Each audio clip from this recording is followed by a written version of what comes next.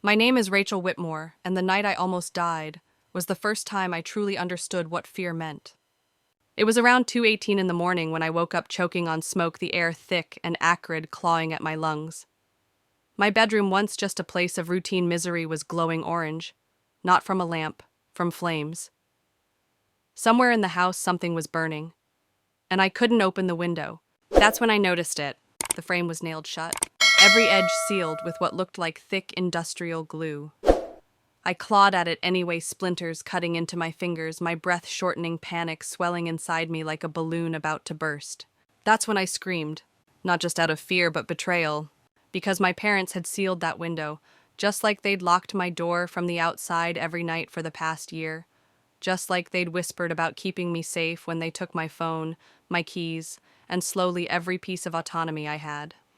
I was 24. I hadn't left the house in 2 years. And now, burning to death alone in a locked room, they were nowhere to be found. If you've ever felt trapped by people who claimed to love you, if you've ever had to fight for air while being told it's for your own good, then maybe this story will speak to you. Leave a like, and let's keep going, because the truth that comes next shattered the last piece of innocence I had left. Most people knew my parents, Greg and Denise Whitmore, as the perfect suburban couple. Church-going, charitable, well-dressed, always smiling in neighborhood photos. My dad ran a successful construction company here in Columbus, Ohio. My mom volunteered at the local women's shelter. We were to outsiders the American dream wrapped in a bow.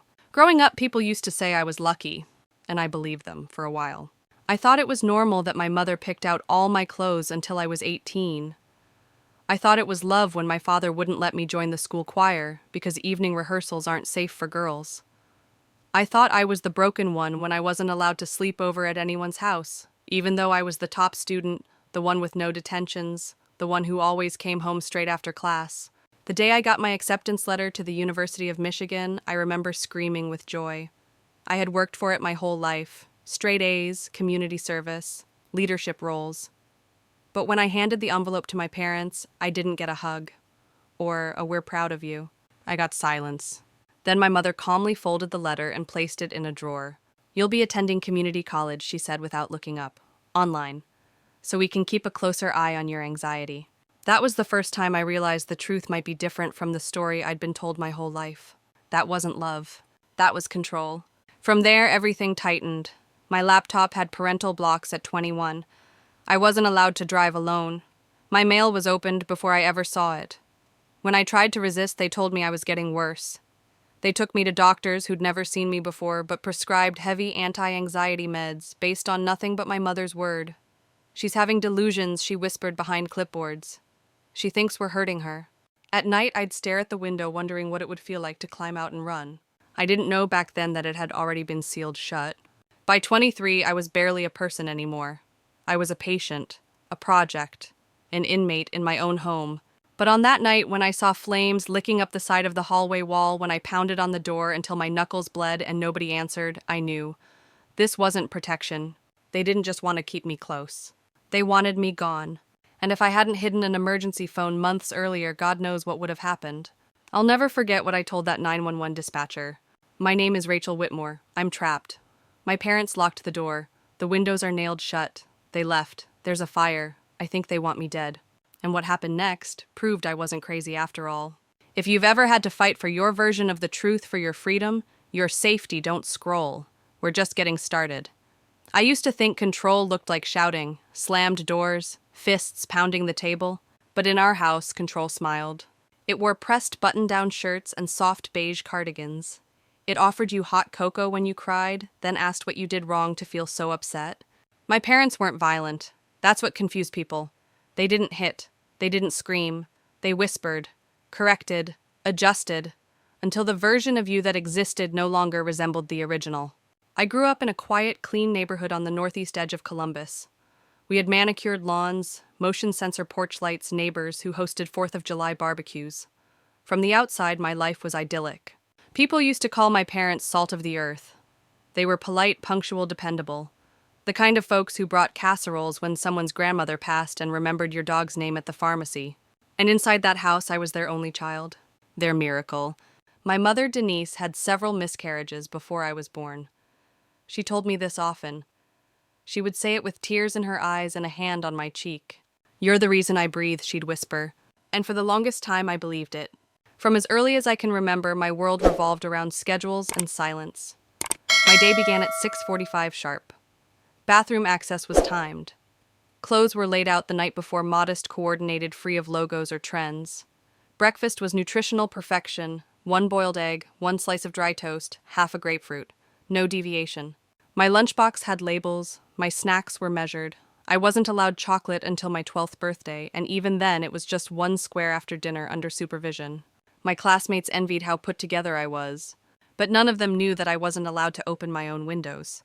When I was 7, I tried once. It was spring, and the breeze outside was dancing through the trees. I stood on my tiptoes and pushed, expecting it to slide up like I'd seen in cartoons. It didn't budge. I told my dad, and he smiled.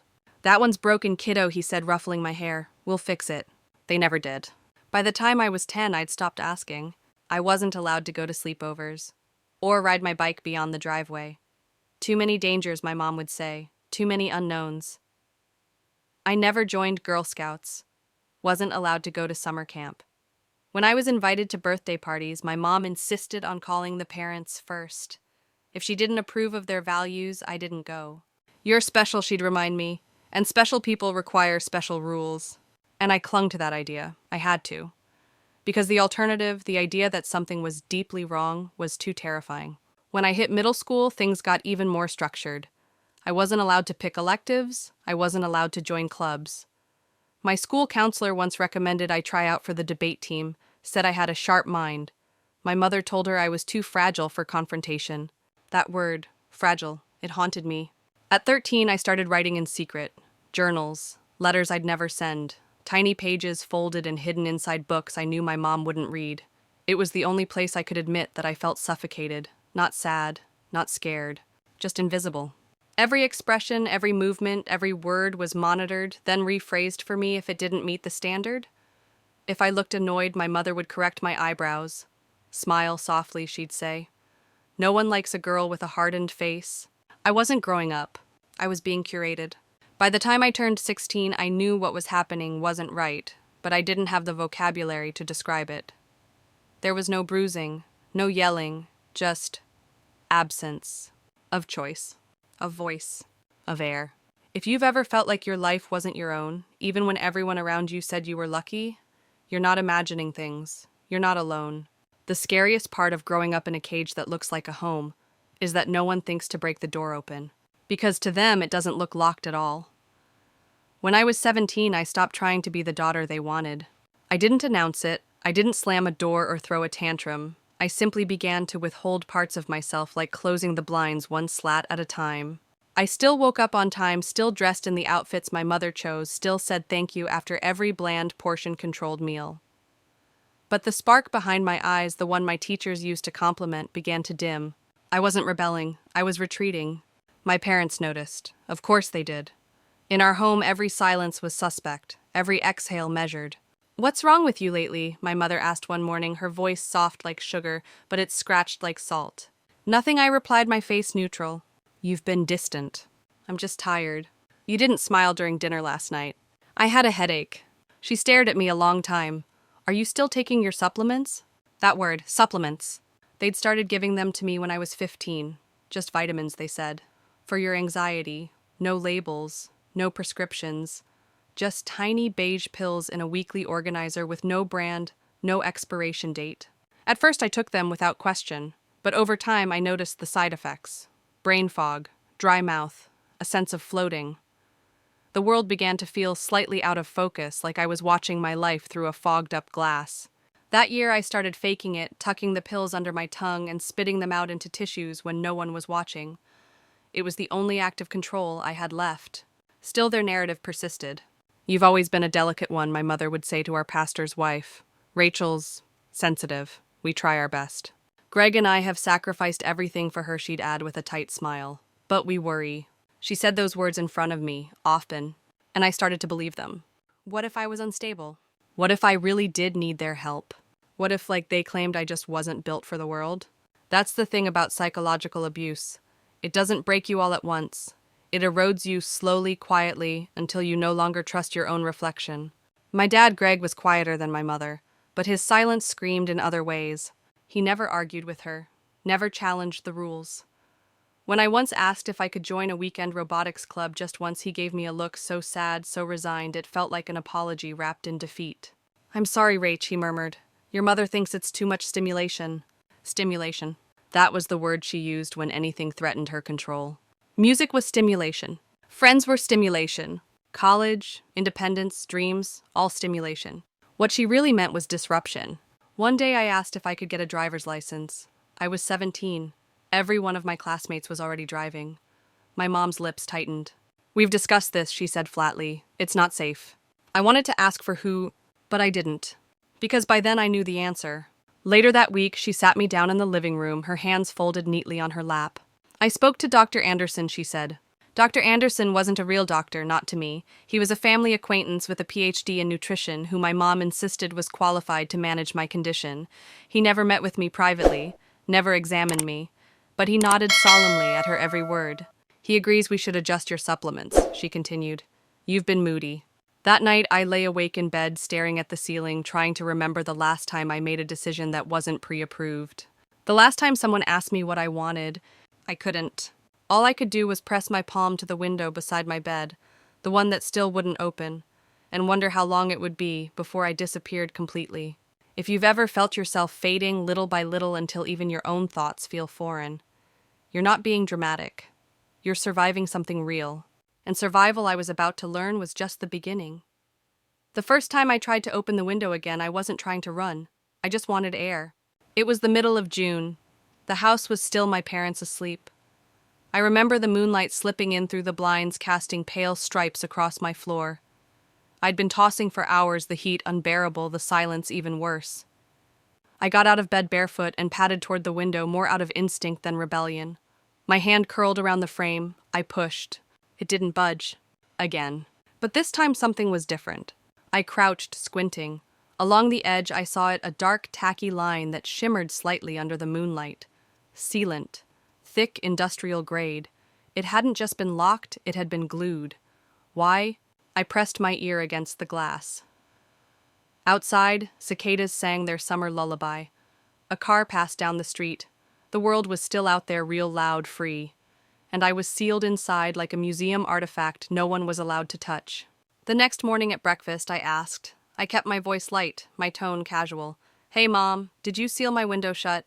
She didn't even flinch, just continued slicing her melon into symmetrical cubes.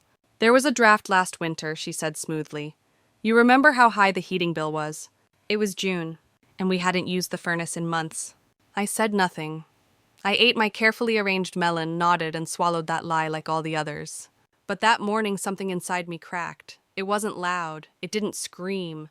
It split quietly like the first hairline fracture in a porcelain vase. The kind no one sees at first, until one day it shatters in your hands. After breakfast, I checked the other windows in the house covertly like I was planning a heist. Living room painted shut, guest bedroom nailed from the inside, bathroom latch removed entirely.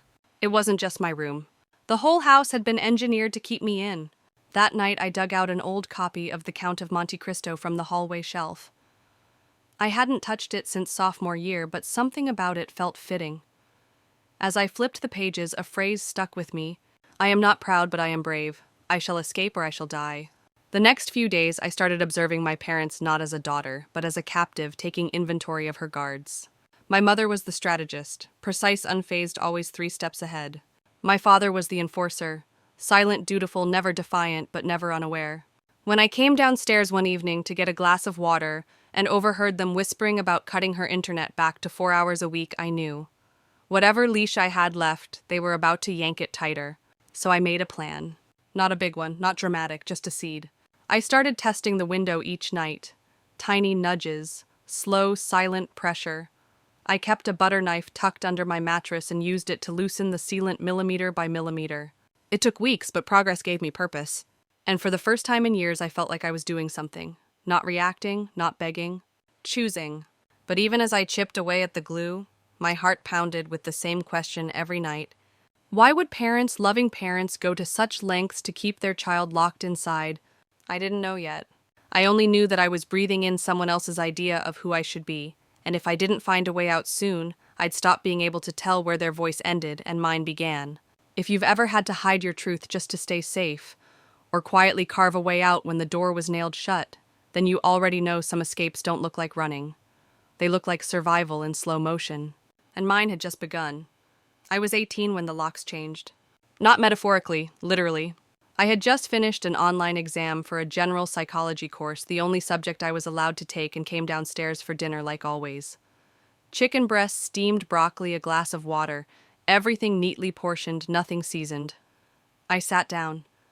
My mother placed the plate in front of me with that same hollow smile and said, as if announcing the weather, "We've added a new lock to your door, on the outside." My fork froze midair. Why, I asked, the word sharp, unscripted. My father cleared his throat and kept his eyes on his plate. My mother didn't flinch.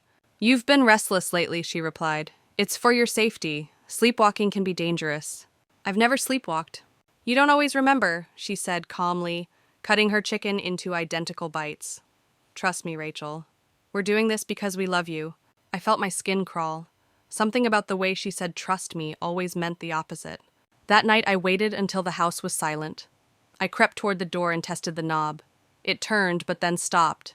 A distinct click. The kind that only comes from a bolt being set from the outside. I wasn't just being watched anymore. I was being locked in, caged. And I wasn't the only one who noticed. There was a girl in my chemistry class, in my Zoom chemistry class, named Natalie Green. She was the kind of person who always had a cardigan on the back of her chair and asked thoughtful questions when no one else did. We'd started chatting in private messages, sharing jokes about the class, sending each other memes between lectures. But somewhere between week 6 and week 7, she asked, "Are you okay?" It caught me off guard. I hadn't said anything unusual. I thought I'd hidden it well. "Yeah, why?" "You always look scared, like you're waiting for something to go wrong." I stared at the message for a long time before typing back. "I'm fine, just tired." She didn't push.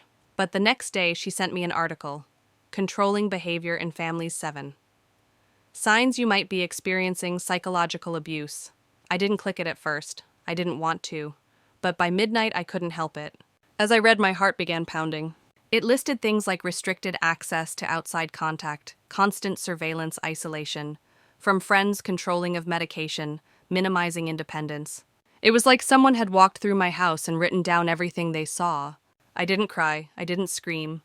I just stared at the screen until my vision blurred and my reflection stared back, pale, silent, and terrified. Natalie messaged again.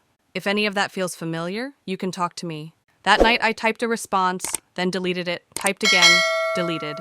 Finally I wrote, "I don't think I'm okay." And for the first time, someone didn't argue. She listened. In the days that followed, we found little ways to talk. Email drafts, shared Google Docs, messages hidden in homework files. She helped me research local shelters, resources. She gave me the number of a domestic abuse hotline. She even offered to call for me. I didn't say yes, but I didn't say no either. If you've ever felt like no one would believe you, like your story sounded too strange, too subtle to be real, know this: just because abuse doesn't leave bruises doesn't mean it doesn't break you. Sometimes the most dangerous cage is the one no one else can see. And when I realized Natalie might be the only person who truly saw mine, I also realized I had one last sliver of hope. A hope that someone out there might hear my voice, even when my parents were trying to silence it. If you've ever had someone like Natalie in your life, someone who noticed what others ignored, share their name in the comments. Let's honor the quiet heroes who believe us when no one else will. Natalie's belief in me gave me strength, but my parents sensed the shift before I even made a move. They always did. It was in the way I lingered near the front door a second too long. How my eyes darted toward the clock during dinner. How I started folding my laundry differently, hiding notes deep in the seams of sweaters. The control they held over me had always relied on one thing: isolation. And they were losing it. It started small. First, the Wi-Fi password changed without warning. When I asked for it, my mother tilted her head with a smile that didn't reach her eyes. "Internet's a bit much for you lately, don't you think?" Then the laptop disappeared. "We're getting it serviced," Dad mumbled. The following day, my phone was gone from the charging dock. "I moved it somewhere safer," my mom said breezily. "You've been distracted." Distracted. That was her word for disobedient. I began to panic. My one connection to the outside world, Natalie, was vanishing. And without warning, so was I. I began to lose track of days. Meals came irregularly. I wasn't allowed to cook or even use the microwave. They brought trays to my room like I was a patient in a psychiatric facility. Once, when I tried to follow my mom downstairs to the kitchen, she physically blocked the hallway. "Back to your room, Rachel." "I just want," I said now. I froze. Something in her tone had changed. It wasn't sweet, it wasn't syrupy, it was cold, hard, like steel under velvet. That night I heard voices downstairs, low, intense. I crept toward the vent, pressing my ear to the floor. "She's getting harder to manage," my mother said. "She's 18, my dad replied. "We can't do this forever." "We won't have to," my mother said. "There's a facility in New Jersey, private, quiet. They take girls like her, ones who can't be trusted to care for themselves." "You mean you want to institutionalize her?" "Wouldn't that be best?" she said almost gently. "Somewhere she can be safe, controlled, treated." My heart nearly stopped. They were planning to disappear me. Legally. Permanently. Suddenly everything made sense. The sealed windows, the outside lock, the silent meals, the cut-off access. It wasn't punishment. It was preparation. They weren't just trying to scare me anymore. They were preparing to erase me. The next morning I acted normal, ate my dry toast, nodded politely, asked for extra time to journal my thoughts, which my mother interpreted as progress. In reality, I was memorizing numbers. The shelter hotline, Natalie's emergency contact. A domestic violence legal aid listed at the bottom of one of our shared documents. I couldn't write them down. My room was routinely searched sometimes while I was in the shower. Anything suspicious would be confiscated, questioned, shredded. My memories were the only space they couldn't lock. Not yet. 2 days later, I found the emergency phone I had hidden inside an old lamp base, an older prepaid flip phone I had begged to keep for emergencies when I was 16. I had disabled it long ago and stashed it away. Now it became my lifeline. But the battery was almost gone. There was no charger. I had one shot. One. The next evening, I sat quietly in the backyard, under supervision, my 10 minutes of fresh air, a routine they implemented after restricting me from the rest of the house. Lauren, our next-door neighbor, was watering her plants nearby. She looked at me, and for the first time, instead of waving with pity, she saw me. And I mouthed, "Help me." Before my mother noticed, I slid a tiny note under the slat of the fence. Nothing detailed, just 4 words. "They're locking me in." She didn't react, didn't flinch. But the next day, she was at our front door, confronting my parents. My mother's voice was calm, clipped. She denied everything with terrifying ease. But Lauren didn't look convinced. And that night, my window was nailed shut. That was their message, "We know. And we're not letting you go." If you've ever been silenced when you tried to speak out, if your truth was too uncomfortable for others to hear, just know, you were never the problem. The truth still matters. And sometimes one person seeing you is enough to keep your flame alive. The night after Lauren confronted my parents, something inside the house shifted. It wasn't visible.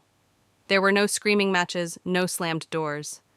But the atmosphere grew dense, charged with a tension that made every creak of the floorboards feel like a threat. My mother didn't speak to me during breakfast the next morning. She just placed the plate in front of me like I wasn't there. My father avoided eye contact altogether. I knew they'd found the note, and I knew the countdown had begun. Later that day, I tried to access my bedroom window again, just to check. I already knew what I'd find, but still, I had to try. I slipped my fingers under the edge and pushed. It didn't move. Where the slight wiggle used to be now, there was nothing, just thick nails driven flush into the wood and a dark chemical sealant smeared along the frame. The faint smell of glue still lingered. That window wasn't just shut, it was erased. I backed away, my chest tight, my mouth dry. I wasn't just being watched. I wasn't just being controlled. I was being physically erased from any chance of escape. I knew what I had to do. That evening, during my 10-minute supervised fresh air session in the backyard, Lauren stood near her fence again, watering a planter that clearly didn't need watering. Her body language was calm, practiced, but I saw the glance, the question in her eyes, and I gave her the nod. I didn't have to pass a note this time. We had exchanged enough. She knew. That night, I waited for the usual routine. Lights out, doors locked. My mother's soft but firm "Goodnight, Rachel" from the other side of the door. Then, the click of the bolt sliding into place. I stayed up listening. Every sound sharpened my focus. The refrigerator hum, the distant clank of pipes, the soft wind brushing against the house. And then came the sound I had feared for weeks. My father's footsteps in the hallway. Slow, measured, deliberate. Through the crack beneath the door, I saw his shadow stretch across the carpet. Then, I heard the hammer. 3 soft, controlled hits. Then silence. I rushed to the window, the hallway one facing the side yard.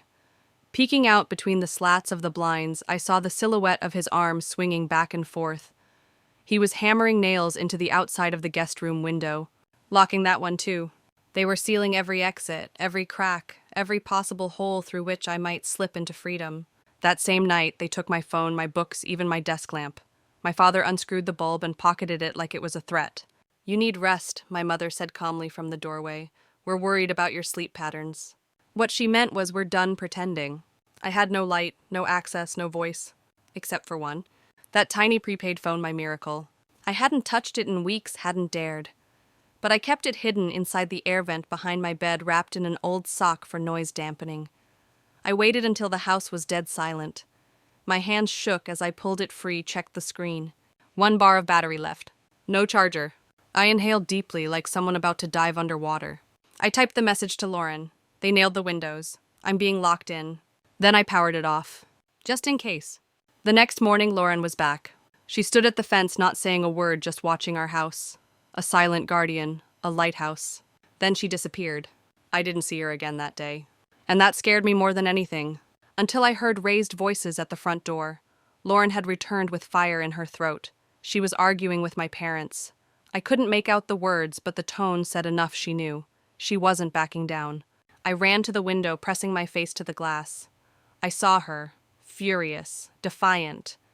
But then I saw my mother step outside, calm as ever, her arm outstretched in that same maternal pose she used in every photograph. "Rachel has behavioral issues," she explained with honeyed poison. "We've consulted doctors. The police are aware." And just like that, Lauren stepped back. Not because she believed them, but because she realized how well they'd prepared the lie. I wanted to scream. I wanted to throw something, break the glass, break through. But I couldn't. Instead, I watched my last lifeline walk away. But I also saw something else. As she turned down the sidewalk, Lauren glanced back one last time, eyes full of disbelief, of anger, of promise. She hadn't given up. Not yet.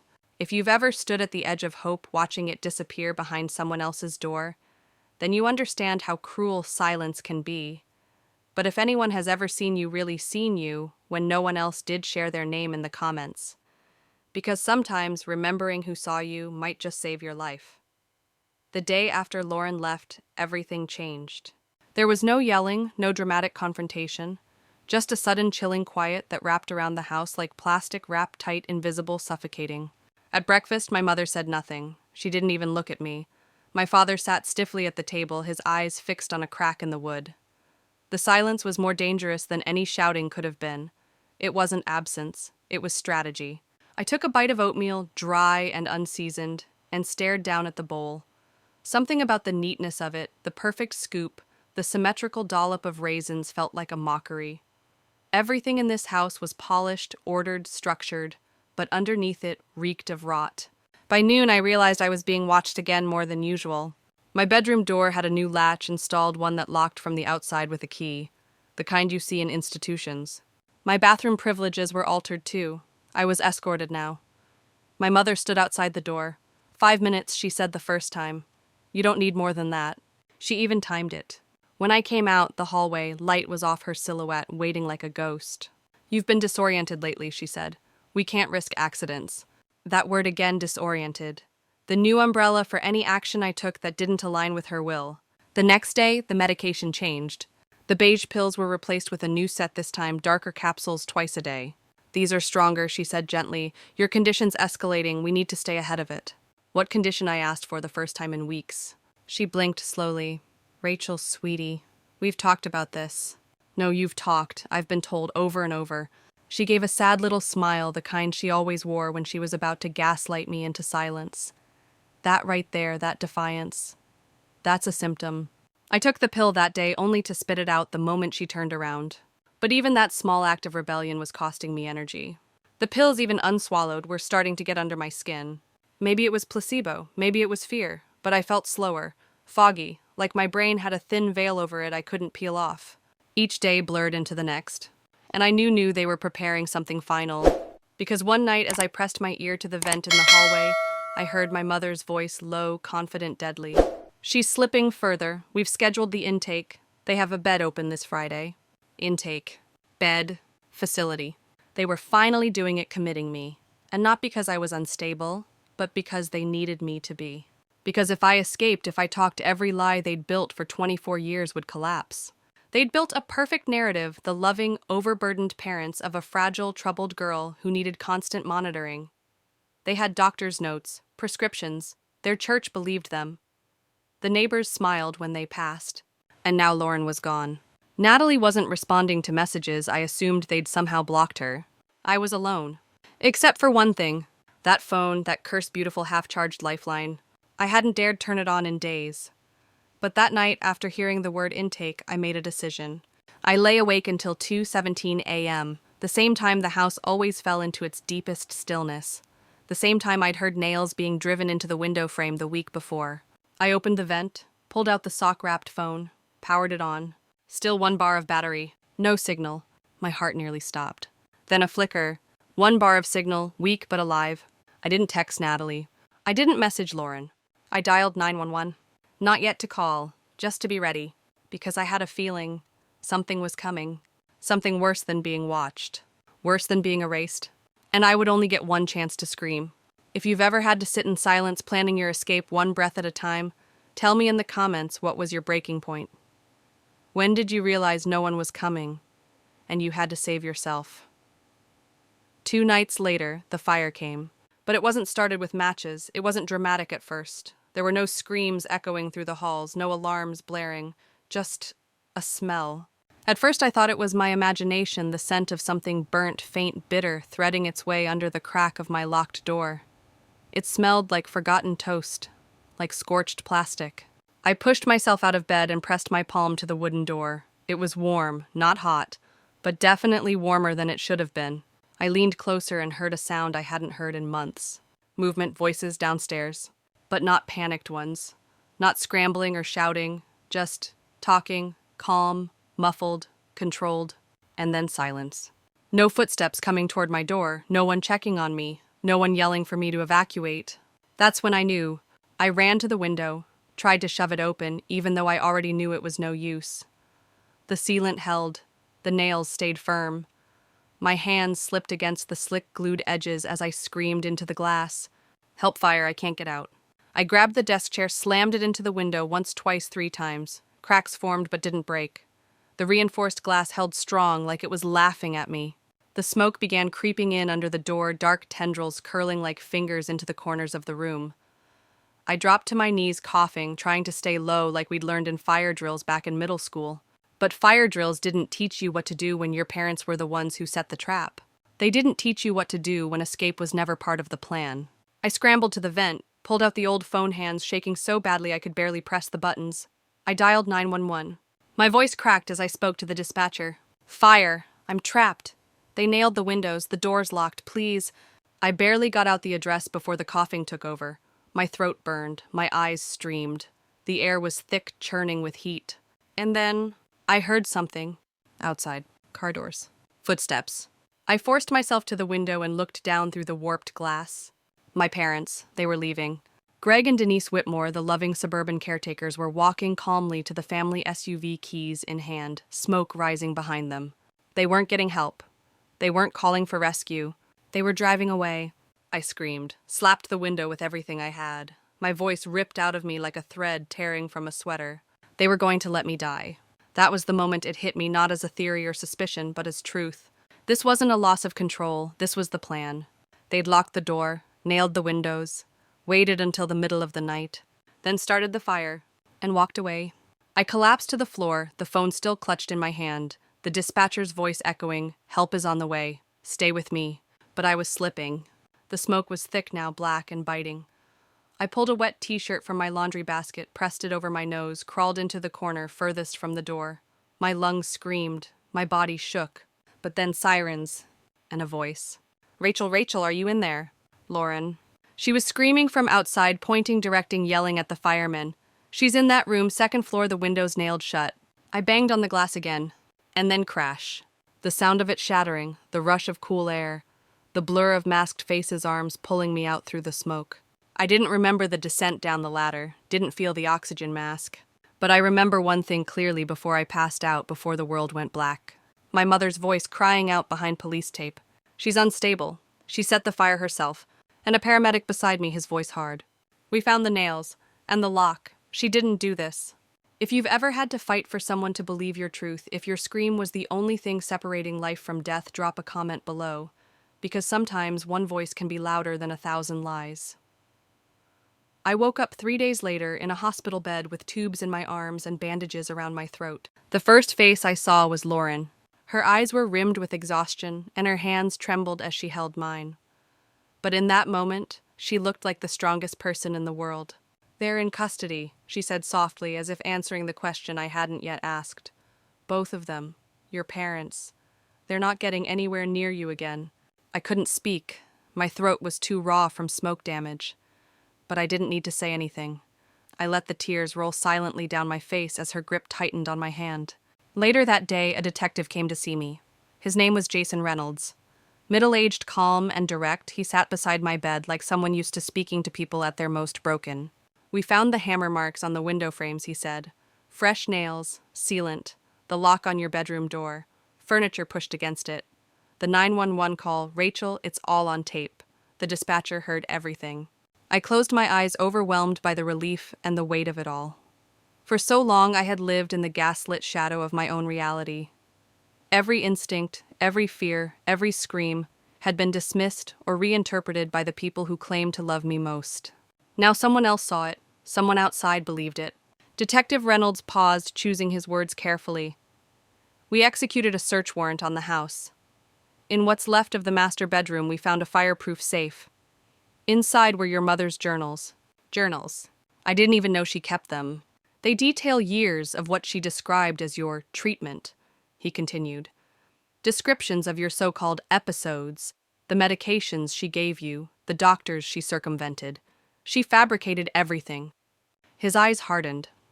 "Psychologists believe she suffers from Munchausen syndrome by proxy, a condition where a caregiver deliberately exaggerates or induces symptoms in someone under their care to gain attention or maintain control." I wanted to scream, to laugh, to throw up. Instead, I just nodded. It made sense now, the pills, the surveillance, the fear-mongering, the need to be seen as the only one who could manage me. My entire life had been a performance. But I wasn't the star. I was the stage. He hesitated before continuing. "Your father, he's cooperating. Says he knew what she was doing but was too afraid to intervene. He claims he tried to protect you in his own way, that he was planning to stop it." Stop it. He nailed the window shut. He watched her give me fake pills. He knew the door was locked, and he left me there. But even as fury flared inside me, I realized something else. His cowardice didn't exonerate her cruelty. They were both guilty. Later that evening, Lauren came back. She brought a small notebook with her lined pages and a purple cover. "I thought you might want to write something," she said, placing it on the nightstand. "Whatever you need. For healing. Or remembering. Or both." That night, I opened the notebook and wrote 3 words. They believed me. I stared at the ink until it blurred. It was the beginning of something I hadn't had in years. Truth. If you've ever been gaslit, manipulated, or made to doubt your own memories, if you've ever screamed into a void and wondered if anyone could hear you, then please let your voice be heard. Drop a comment below. Because when someone finally listens, it doesn't just save your life, it gives it back to you, too. And if this story has stirred something in you, if you've ever questioned the definition of love and control, don't scroll away. Share this. Like it. Let others know that healing is real. That truth always finds its way to the surface. And that believing someone can be the most powerful thing you'll ever do. They kept me in the hospital for 6 more days. It wasn't just for my lungs, though. The smoke damage had left me with a persistent cough and a raspy voice that hurt when I whispered. No, it was also to give the investigators time, to gather evidence, to keep me safe. And maybe, if I'm honest, it was to give me time to accept what had really happened. Because even after all the locks, the pills, the lies, some part of me still couldn't believe it. That the people who raised me, who told me they loved me more than anyone ever could, had walked away from our burning house. And left me to die. But then came the interviews. Detective Reynolds returned with an armful of statements. Witnesses. My neighbors like Mr. Jensen from 2 doors down, who remembered hearing screams from our house 2 years earlier, but had believed my mother's excuse that we were watching a horror movie with the volume up. My former teachers who expressed guilt for not looking deeper when I began slipping, academically disappearing into myself, never staying after class. And then came Natalie. She'd forwarded all of our hidden messages, the shared Google Docs, the links, even a screenshot of the article she sent me about psychological abuse. She gave a statement about how I'd described being watched, drugged, locked away. Dr. Matthews, my psychology professor, submitted a written affidavit as well. She described her concern over my assignments, the ones that reflected deep understanding of family coercion and control. She'd suspected something, but hadn't had proof. Until now. Piece by piece, my story was no longer just a girl's account. It became evidence. Hard legal, undeniable. Even my mother's journals worked against her. In between her self-righteous rants about protecting me, she'd written plainly, Rachel is slipping. Her independence is a threat to everything we've built. She hadn't just been trying to protect her daughter. She was trying to protect her narrative.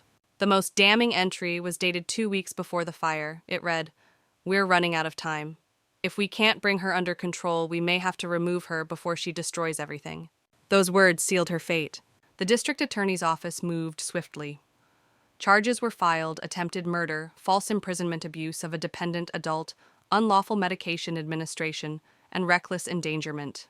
My father was charged too, but with lesser counts. His plea deal included full cooperation in exchange for a reduced sentence. He took it.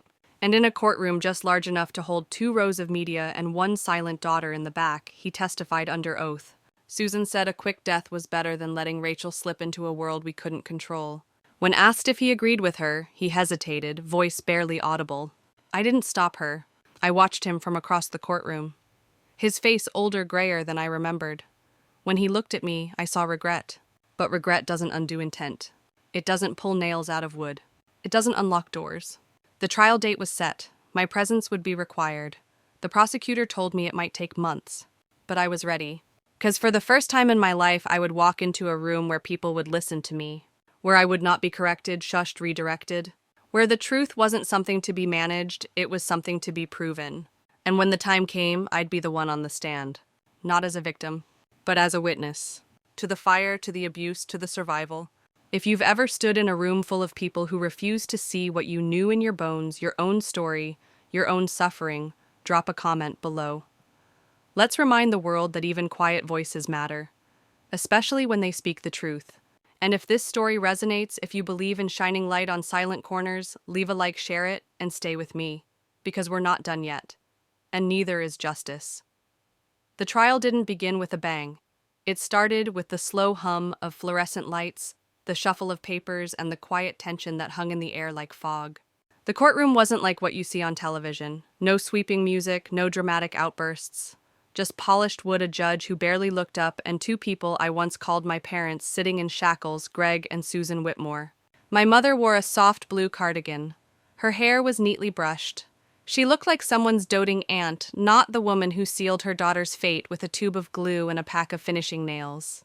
My father wore a gray suit, ill-fitting.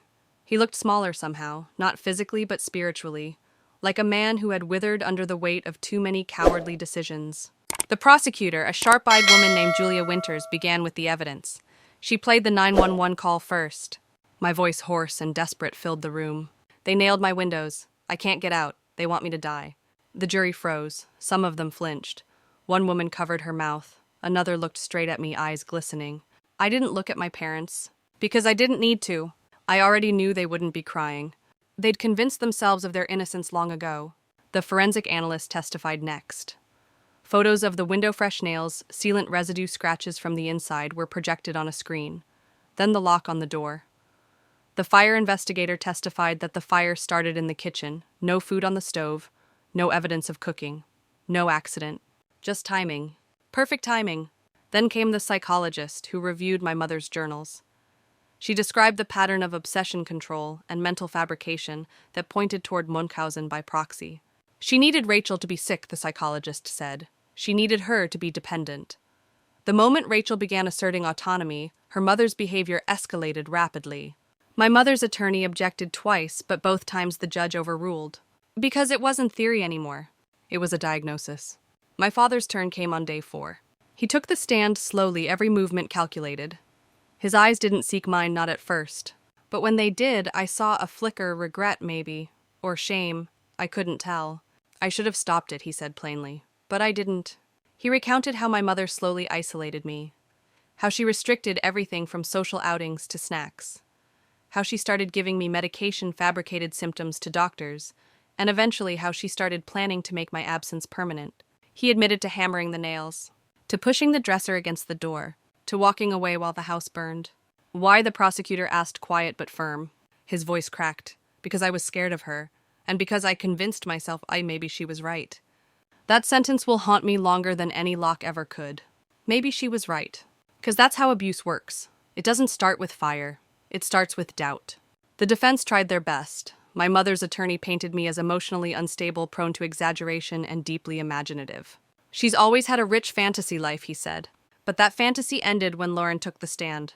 She described everything. The notes, the backyard conversations, the confrontation at our front door, how my mother smiled through lies with a voice smooth as silk and just as slippery. The jury listened. And then it was my turn. I stood up slowly. My knees shook, but my voice when it came was clear. They told me I was broken, that I was sick, that I couldn't survive without them, but the only thing I ever needed saving from was them. I told the court about the pills, the locked doors, the window I tried to open, and the chair I broke trying to escape. I told them about the fire, about hearing car doors, watching them leave. They didn't forget me. They didn't try to save me. They left me behind because they wanted to erase me. When I stepped down, I didn't cry. I didn't look at my parents, because that day wasn't about them. It was about reclaiming my voice in front of people who couldn't silence it. If you've ever had to stand up for yourself in a room that once made you feel small, tell your story below. You never know who you might help find their courage. And if this chapter moved you, don't just watch, engage. Like this video, leave a comment, share it.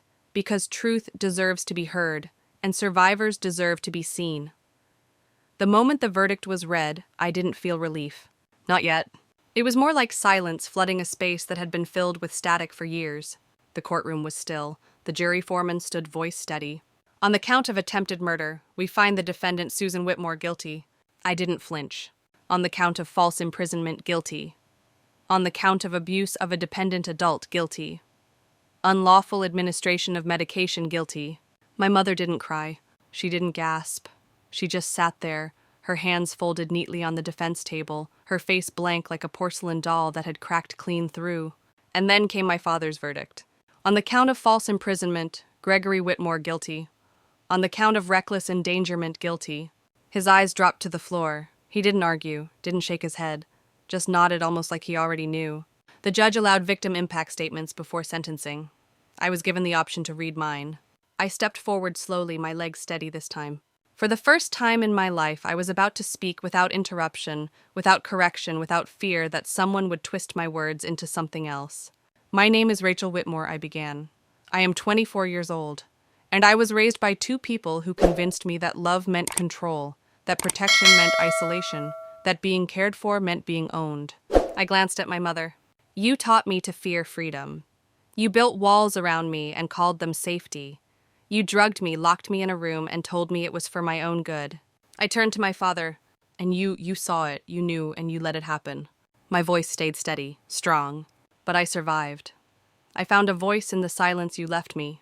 I found a world beyond your rules, and I found the truth love does not trap, it frees. I ended with the words that had haunted me for weeks, the words I'd whispered into that emergency phone through smoke and tears. They nailed my windows, they wanted me to die. The judge delivered sentencing that same afternoon. My mother received 40 years without the possibility of parole. My father received 25 years with parole possible after 15, due to his cooperation and guilty plea. Neither of them looked at me as they were led away. But as they passed, my mother turned her head just enough to say, "You'll never make it without us." I didn't respond, because I already had. The reporters were waiting outside. Microphones, cameras, questions. I didn't stop. But Lauren did. She gave a short, firm statement to the press. Rachel is safe. Justice was served. And this story is no longer about what was done to her, but about what she's building now. I let those words carry us out of the courthouse and into the parking lot. The sun was blinding. I hadn't felt light like that in years. We got into Lauren's car. She drove. I rolled down the window. The breeze was cool, honest, real. I closed my eyes and breathed. For once, there was no stale air recycled through sealed glass. No ticking clock counting down to another inspection, another correction, another lie. Just the hum of the road, the rhythm of freedom. That night I wrote in my journal the one Lauren had given me back at the hospital. The one I'd only managed a few sentences in since. This time I filled an entire page. They tried to end me. Instead, they ended the lie. And now I begin. If you've ever had to fight for your truth to be heard, to step into a courtroom, a conversation, or even just your own reflection and speak words that once scared you, I hope you know that courage changes everything. Leave a like if you believe truth matters. Share your story if you've ever broken free.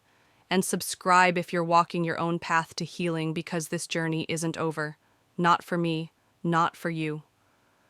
The first night back in the world felt like standing on the edge of a cliff, terrifying and exhilarating at once.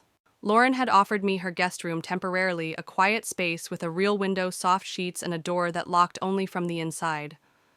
That detail alone made me cry the first night.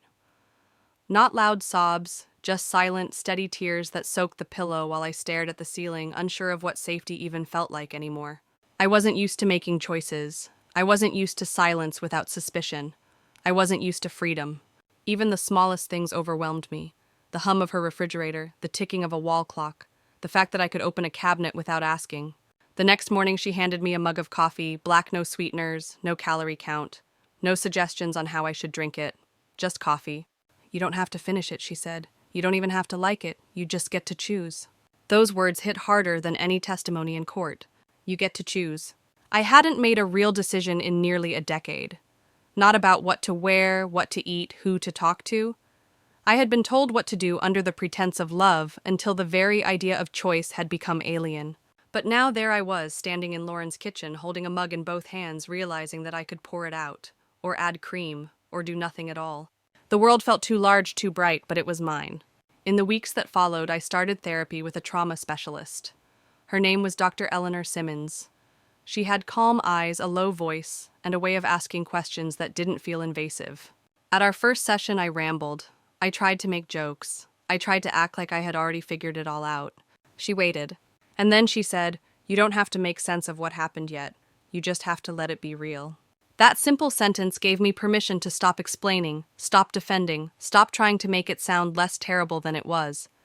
For so long, I had been told my reality was a distortion, that I was the unreliable narrator of my own life. But Dr. Simmons said something else, something I'll never forget. Gaslighting doesn't just make you doubt the past. It makes you fear your future. And she was right. I wasn't afraid they'd come back. I was afraid I'd never know who to be without them. Because what do you become when the people who made you into someone small are finally gone? The answer slowly, gently began to reveal itself. I started small. A walk around the block by myself. My first trip to the grocery store where I picked out my own cereal. Opening the window every morning just because I could. Letting fresh air into a room I didn't have to ask permission to exist in. Lauren celebrated every milestone like I'd climbed a mountain. "You're rebuilding from the ashes," she said one night as we sat on the porch watching fireflies flicker under the stars. And fire, I whispered, doesn't scare me anymore. It wasn't all healing and breakthroughs. Some days I couldn't get out of bed. Some nights I startled awake, still feeling the lock on my door, still seeing the nails in the frame. But each time I chose to breathe through it, to stay to write it down, instead of letting it consume me, I gained ground.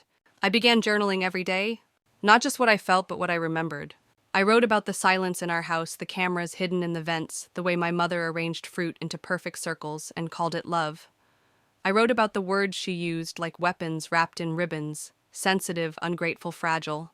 And I wrote about the moment it ended, not with flames, but with truth. That was the real beginning. If you've ever started over from nothing, if you've had to learn how to live in a world you were told you weren't strong enough for, drop a comment.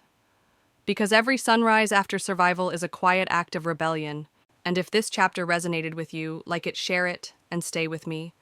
The story doesn't end with freedom. That's where it finally begins. It's been a year since the verdict. 12 months since I stood in that courtroom and faced the people who tried to erase me. 12 months since the last lock clicked behind them, and I walked into the world on my own terms for the first time. I still have nightmares sometimes. Not of the fire, oddly enough, but of the silence. The dead air behind the door when I screamed for help. The way my mother's voice could sound so gentle while she planned something unspeakable. The way my father looked down at his hands, pretending he wasn't holding the hammer. But now those dreams don't end with me trapped. They end with me walking away. Free. The first few months after the trial were quiet. Lauren gave me space, but never too much. She kept a spare key on the hook by the door, not in case she needed it, but in case I ever did. That key represented something I had never been given before, the right to come and go. Eventually, I moved into my own apartment. It's small, nothing fancy, just a one-bedroom in a quiet building with thin walls and flickering hallway lights. But it's mine. The first thing I did when I moved in, I opened every window, wide. And I left them that way for hours, just breathing in the cold fall air and listening to the sounds of life outside: sirens, dogs barking, kids laughing. Nothing was filtered, nothing was staged. It wasn't quiet like the house I grew up in, but it was real. I filled the apartment with colors my mother would have hated: teal, mustard yellow, burnt orange. I bought secondhand furniture that didn't match and hung art on the walls even if it clashed. And I started school again, not online, in person. A small community college with fluorescent lights and mismatched desks and people, real ones. Ones who asked me about my weekend and didn't flinch when I talked about my past. One professor even recognized my name from the news and didn't treat me like a victim, just a woman with a story. In class, I wrote an essay titled "The Opposite of Love Isn't Hate, It's Control." My professor pulled me aside after and said, "You should consider submitting this to a journal." I laughed, but then I did. And it got published. That one essay sparked something I never expected. Emails started coming in from survivors, young women, grown men, adults in their 40s who'd never told a soul what they'd lived through. They wrote to say, "I thought it was just me," or "You put into words what I never could." That's when I realized something. This story wasn't just mine anymore. It belonged to every person who's ever been locked behind a smiling face, who's ever had their truth smothered by the word overreacting, who's ever questioned their sanity because someone they loved insisted they were broken. So I started something, a small foundation built from scratch focused on helping survivors of family-based coercive control. We don't just raise awareness, we provide legal aid, housing referrals, trauma therapy scholarships, safe exits. We call it Windows Open. Because sometimes that's all someone needs: a window, a crack in the wall, a glimpse of fresh air. Every time I hear from someone who's been trapped in a house like mine, I think about that night. The nails, the smoke, the silence. And I remember what it took to survive. But more importantly, I remember what it took to heal. Because survival is just the first chapter. Healing, that's the story I'm writing now. And if you're listening to this, if any part of my journey felt familiar, then I need you to hear me clearly. You are not crazy. You are not weak. You are not too broken to start over. You are enough. And there is life on the other side of control. If you believe no one should ever be locked away by the people who claim to love them, if you believe in freedom and healing and the right to your own story, then let this be your sign. Like this video, leave a comment, and if you're ready to walk with others who've been there too, subscribe to the channel. Because we don't just survive, we rise, and sometimes we do it together. Looking back, it's incredible how a single moment can change everything. From the crackling flames licking the edges of my bedroom, to the sharp rap of the hammer driving nails into my window frame that night, was the line between a life imprisoned and a life reclaimed. The fire was terrifying, but the real blaze was the awakening the moment I stopped believing the lies, saw my parents for what they truly were, and realized that survival was just the start. Healing took years. It meant relearning how to breathe without fear, how to trust without suspicion, and how to choose freedom over control. It meant forgiving myself for the years I blamed myself and understanding that love isn't possession or imprisonment, it's respect and space. My foundation. Windows Open has become more than just a project. It's a mission. To be the voice for those silenced, the hand for those trapped, and the light for those lost in the darkness of coercion and control. If my story teaches anything, it's this. No cage, no matter how invisible or ornate, can hold the human spirit forever, and no one's truth should ever be silenced. If you find yourself watching this feeling lost or unheard, please remember you are seen, you are valid, and your story matters. Freedom is possible. Healing is possible. A life reclaimed is possible. So let this be your call to action, not just to comment or subscribe, but to believe in your own strength and reach out for help when you need it. Together we rise. Together we are free. Thank you for listening to my story. Thank you for being part of this journey. And thank you for choosing to live on your own terms. If this story touched your heart, please share it. help someone else find their window open.